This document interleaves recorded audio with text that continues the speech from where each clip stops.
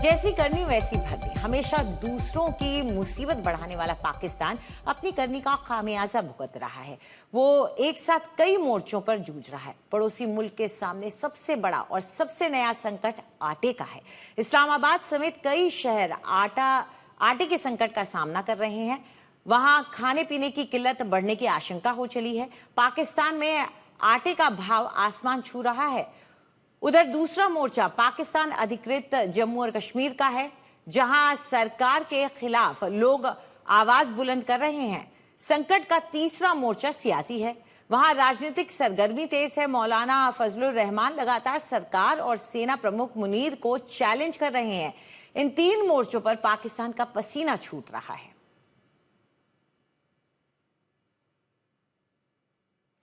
भारत के मामले में टांग अड़ाने वाला पाकिस्तान बुरी तरह से फंस गया है।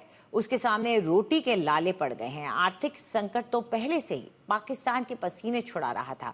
अब ताजा संकट वहां आटे की कमी का है। राजधानी इस्लामाबाद और रावलपिंडी जैसे शहर के सामने 2 वक्त के निवाले की आफत है। वहां गेहूं की भारी किल्लत है। आटा बेहिसाब महंगा हो चुका है, तो पेट भरने वाली एक रोटी की कीमत भी आसमान छू रही है।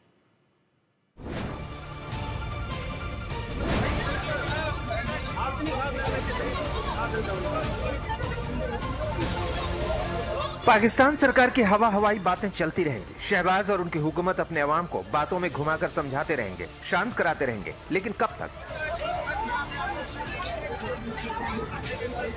आटा जिससे 2 जून की रोटी मिल जाती है, पाकिस्तान में उस आटे का भाव आसमान छू रहा है। पाकिस्तानी हुक्मरानों के हवाई वादों के उलट वहाँ संकट बेहिसाब बढ़ा है। स्थिति यह है कि संकट के बादल अब इस्लामाबाद तक मंडरा रहे हैं। हालात ये हैं कि मार्केट में आटे की कमी पड़ती जा रही है। लोग रोजमर्रा की जिंदगी में रोटी की किल्लत का सामना कर रहे हैं। 15 किलो की पैकिंग में आटा पड़ा हुआ है और 10 और 20 किलो नहीं है। सर काफी देर से हम लिखवा रहे हैं कंपनी को, वो भेज ही नहीं रहे, सप्लाई नहीं आ रही। मिलता ही नहीं है। शार्ट है। दुकानदार कहता है मुझे इतने का नहीं पड़ा, मैं आपको कैसे दूं। तकरीबन 10 किलो का होना चाहिए, 40-50 थोड़े। लाहौर में कम से कम 1,66,000 से लेकर 1,70,000 थैला सप्लाई किया जा रहा है। गंदम इस मरतबा ना थोड़ी सी फसल में शार्टफॉल आया।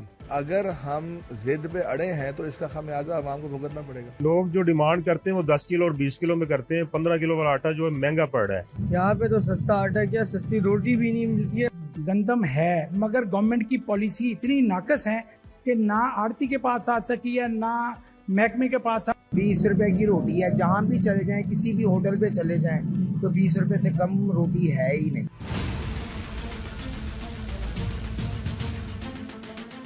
इस्लामाबाद, रावलपिंडी जैसे शहरों में लोगों को आटे दाल का भाव अब पता चल रहा है। संकट कितना गहरा है, इसकी सच्चाई भी जान लीजिए। जानकारी के मुताबिक पाकिस्तान में 15 किलो आटे का पैकेट अब 2500 रुपए पाकिस्तानी रुपए तक मिल रहा है। मतलब 1 किलो आटे का भाव हो चुका है करीब 160 रुपए किलो। कहा तो ये भी जा रहा है कि ये भाव सामान्य आटे का है। अगर चक्की का आटा खाना हो तो पाकिस्तान के लोगों को करीब 180 पाकिस्तानी रुपए खर्च करने पड़ रहे हैं। सामान्य आटे से बनी एक रोटी की कीमत भी करीब 25 रुपए में बिक रही है। शहबाज सरकार से टकराव के मूड में है। एक दिन पहले ही हजार की संख्या में लोगों ने मुजफ्फराबाद तक लॉन्ग मार्च भी किया। सवाल वहां की हुकूमत से है कि आखिर ऐसी हालत क्यों?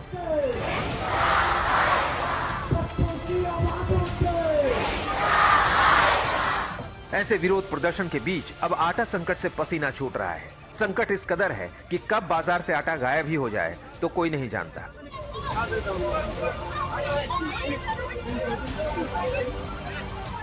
इस्लामाबाद के आटा मिलों तक गेहूं की सप्लाई पूरी तरह ठप है, लिहाजा गेहूं का स्टॉक खत्म हो चुका है। असर ये कि कई आटा मिल बंद हो चुके हैं और जो चल भी रहे हैं वो बंद होने की कगार पर है। हर कोई आटे और गेहूं के संकट को लेकर पाकिस्तान में सवाल पूछ रहा है, लेकिन हुक्मरान चुप्पी साधे बैठे हैं। आज तक ब्यूरो। पाकिस्तान के लिए आटे का इंतजाम करना इस वक्त की सबसे बड़ी चुनौती है। आखिर ये संकट गहराया कैसे? अचानक इस्लामाबाद और रावलपिंडी में गेहूं के स्टॉक की कमी कैसे हो गई? क्या इसके पीछे की वजह सियासी जोड़ घटाव है, जिसका खामियाजा वहां की आवाम भुगत रही है?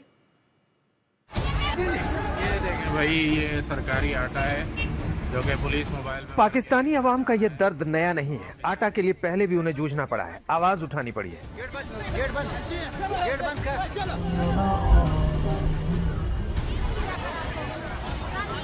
उसी पाकिस्तान की ये तस्वीरें हैं जहां बीते कुछ वर्षों में पाकिस्तानी फौज को आटे की खेप बचाने के लिए AK-47 तक चलानी पड़ी थी। एक वक्त में इस्लामाबाद में आटे की लूट भी हुई थी। सरकारी आटे वाले ट्रक पर टिड्डों की तरह पाकिस्तानी टूट पड़े थे।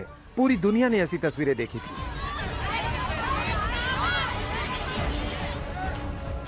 अब उसी पाकिस्तान के सामने खाद्य संकट का नया दौर जारी है। वहाँ हुकूमत तो बदली, लेकिन लोगों के हालात नहीं बदले।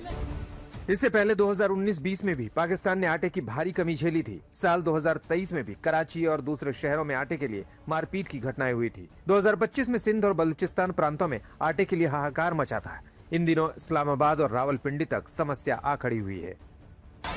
पाकिस्तानी मीडिया डॉन की रिपोर्ट की माने तो देश भर में आटे की बढ़ती कीमतों से राजधानी में भोजन का गंभीर संकट मंडरा रहा है। समस्या विकराल है क्योंकि बात अब राजधानी तक पहुंच चुकी है। आंकड़ों के मुताबिक इस्लामाबाद में करीब 70 रजिस्टर्ड आटा मिले हैं। उनमें से 45 आटा मिलों में गेहूं का स्टॉक खत्म होने की कगार पर है।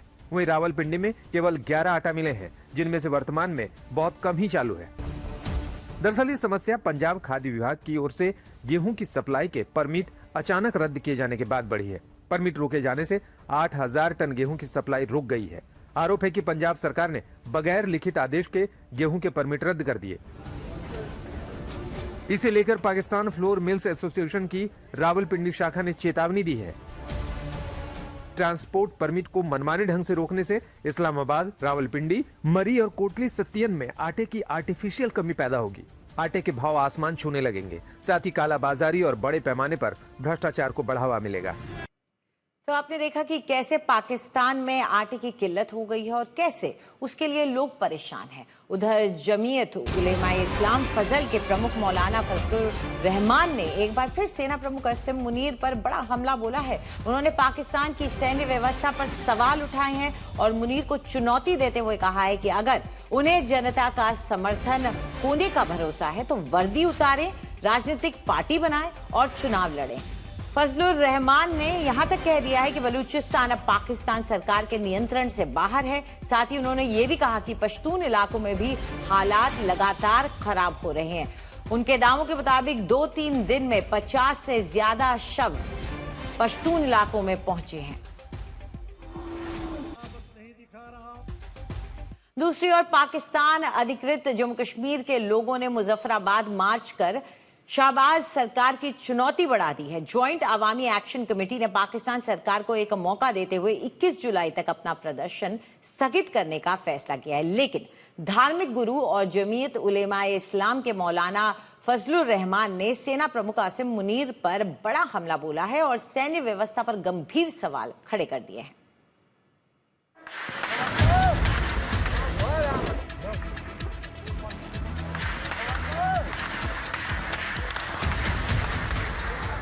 एक तरफ शहबाज सरकार और उनकी आर्मी है, आर्मी चीफ असीम मुनीर हैं, तो दूसरी तरफ उन पर सुलगते सवाल।